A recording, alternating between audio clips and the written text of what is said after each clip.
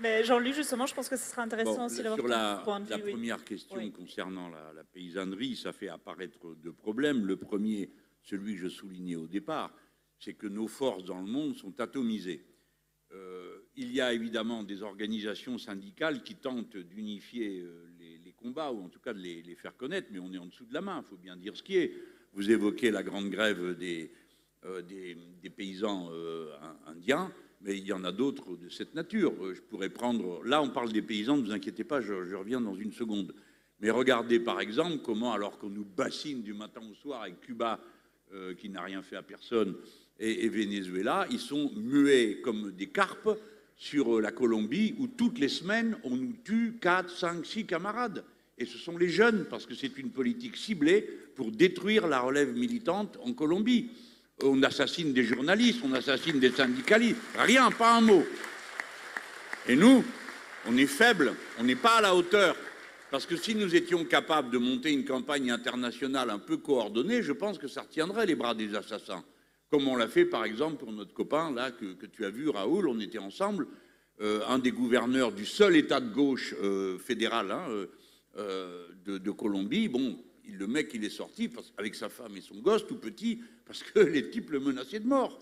Et maintenant, ils l'ont obligé à revenir. Mais notre protection, le fait qu'on a tous réagi, fait qu'il a une chance d'être vivant. Mais toutes les semaines, on nous tue du monde. Et nous ne sommes pas capables de monter ces campagnes internationales. Ça, c'est pour l'aspect purement lutte. Après, il y a l'aspect de fond que vous soulevez.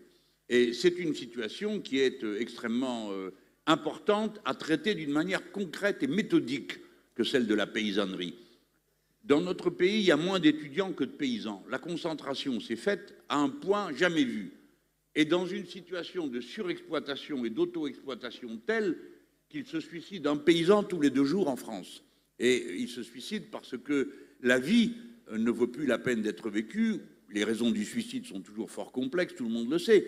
Mais en attendant, c'est parce qu'il n'y a plus de futur, plus d'avenir. Et la nature est saccagée. La fertilité des sols a baissé du fait de l'utilisation massive des pesticides que l'Union européenne est incapable d'interdire, et M. Macron encore plus, à cause de méthodes d'agriculture industrielle qui détruisent les sols. La fertilité des sols est en baisse, en France et dans le monde. Et enfin, si nous voulons avoir la politique que nous voulons avoir, c'est-à-dire une agriculture qui nourrisse d'une manière saine nos enfants, la jeune génération, notamment à l'école, avec l'obligation que toutes les structures collectives d'alimentation soient fournies en matières premières bio. Or, le bio coûtera plus cher. C'est une certitude, premièrement. Donc, si vous voulez que les gens puissent se payer du bio, c'est-à-dire qu'ils puissent payer les paysans honnêtement, car la progression du pouvoir d'achat pendant les soi-disant 30 glorieuses s'est fait sur le dos des paysans. Comme le prix de l'alimentation baissait, eh ben, les travailleurs avaient un pouvoir d'achat plus grand pour le même salaire. Et ils avaient l'impression que la lutte de classe, en quelque sorte, était amortie sur le dos des paysans. Maintenant, il faut les payer correctement. Donc, pour les payer correctement, il faut que le consommateur puisse payer. Autrement dit, augmenter le SMIC, c'est écologique. Pourquoi? Parce que ça permet de payer plus correctement des paysans qui font des productions écologiques.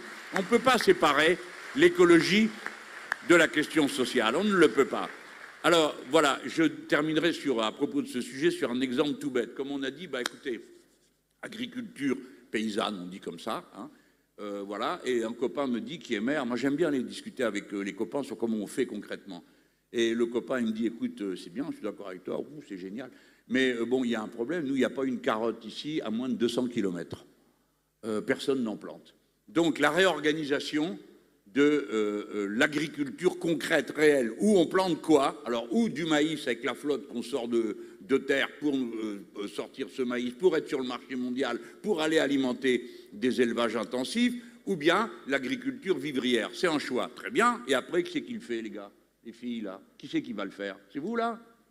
Parce qu'il m'en faut 400 000 en France pour remonter la pente et arriver au niveau auquel on voudrait arriver d'agriculture vivrière. Allez trouver 400 000 personnes pour aller à la terre. Ça ne sera pas en leur disant, ça vous propose une chose, une vie de bagnard, il n'y a pas de dimanche, il n'y a pas de vacances, et ainsi de suite. Personne ne veut de ça. Donc vous serez obligé de changer la condition sociale de l'agriculteur si vous voulez que les jeunes qui ont envie d'y aller, y aillent. Et il y en aura plein qui auront envie.